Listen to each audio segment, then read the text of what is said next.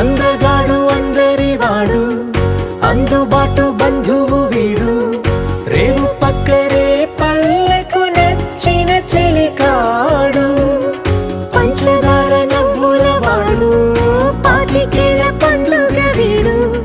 తాతయ్యకు నానమ్మకు నమ్మిన చేదోడు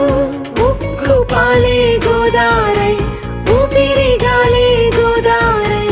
గలగల పరుగుల కలలుగా అలలెగసిన తన వయసుకు నలు పెరుగని పసి మనసుకు శతమానం భవతి।